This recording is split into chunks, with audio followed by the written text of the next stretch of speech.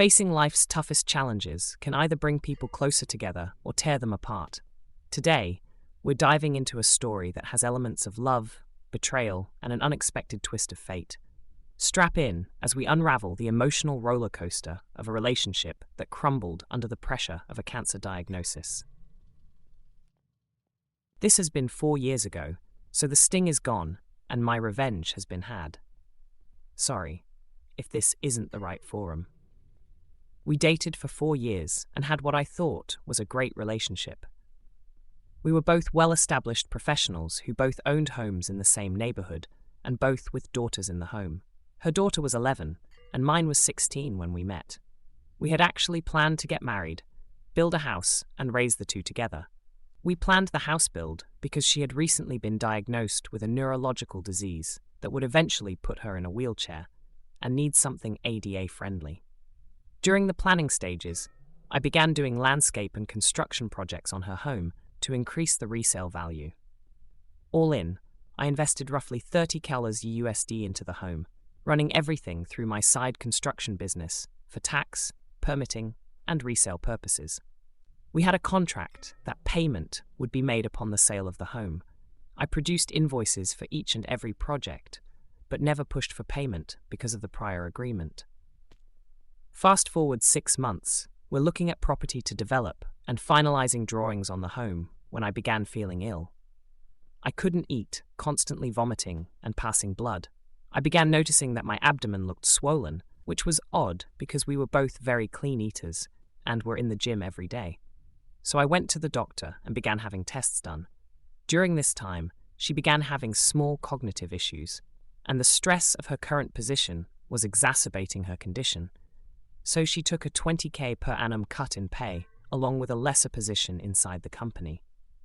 After a month or so of different tests and a biopsy, it came back that I had a golf ball-sized tumor in my stomach and would need to begin chemotherapy. So I began chemo and radiation treatments, which made me, expectedly so, extremely ill. She was spending time helping around my place on the weekends and staying over more, to the point that they were both at my home more than theirs. At this point, I suggested that we go ahead and put one of our houses on the market and move in together until the new house was built. I have great supplemental insurance as well as a long-term illness plan, so using that coupled with the sale of one of our houses would push us through comfortably and help ease the financial stress on her. Shortly after this discussion, she became extremely distant. Her daughter wasn't coming down and hanging out with mine anymore. She had excuses for not getting together. She quit driving me to treatments and stopped staying over. She then dropped a bomb, a sentence that will forever be burned into my psyche. I love you, but I can't see myself taking care of someone this sick in the long term, and I don't think we should see each other any longer. In text. It broke me. I won't lie. This was the first woman I had ever opened up to and planned a life with since my wife died when my children were 1 and 3. However, I tried to be mature about it. I forced myself to understand her position and to accept what I could not change. I calmly, the next day, gathered all of her things, packed them neatly, loaded them in my truck, and took them to her house to leave on the back porch while she was at work, in order to avoid any awkward exchanges. Walking around the back and under the porch cover, I sat down a box and saw her in her back living room, on the couch having sex with a man that she had introduced to me as a lifelong friend. I had dinner and drinks with this man and his girlfriend. We had gone on vacation with them as well. I never spoke of the incident with her and simply sent her a text later, explaining that I would leave her things on my side porch to pick up at her convenience. I discovered 8 or 9 months later from his now ex-girlfriend that they had broken up due to him confessing that he had been sleeping with my SO, dating back to about the time we were finishing drawings on the new home. Now, I'm pissed. Revenge time. At this point, I had finished chemo and radiation for the time being and was feeling healthier.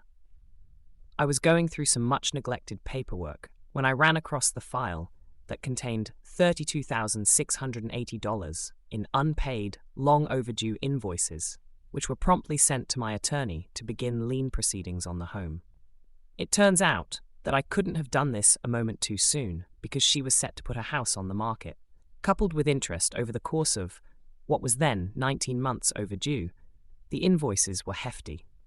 That, along with the agreement of settling them when the house was sold and attorney fees, left her with roughly $10,000 after the sale of the home and settling her current mortgage. She promptly had to back out of the purchase of another home and moved in with her oldest daughter, Seal, and 2 grandchildren. She also had to leave her job and begin receiving disability. I ran into her a little over a year ago, and she looked as if she had aged 20 years and was in the wheelchair we had talked about. We chatted cordially but briefly, and I excused myself and went on with my day. A few days later, her younger daughter called me and spoke of my running into her mom, and could we hang out sometime? I gave a vague answer, thanked her for calling, and again went on with my day. The ex then called me a week or so later and began apologizing for leaving me as she did. Again, cordial but short, I thanked her for calling and hung up. She began texting, and this went on for several weeks until one she asked if I could ever see us rekindling what we had, to which I replied, I can't see myself taking care of someone so sick in the long term. Remember the box on your back porch? Did you think that, lifelong friend, brought that over to you from my house? Good luck to you, goodbye. I sometimes feel guilt over this, but not much, and not often. Thank you for joining us for today's emotional story. If it moved you, or made you reflect, don't forget to like, share and subscribe so you won't miss another heartfelt tale. Until next time, take care of yourselves and each other.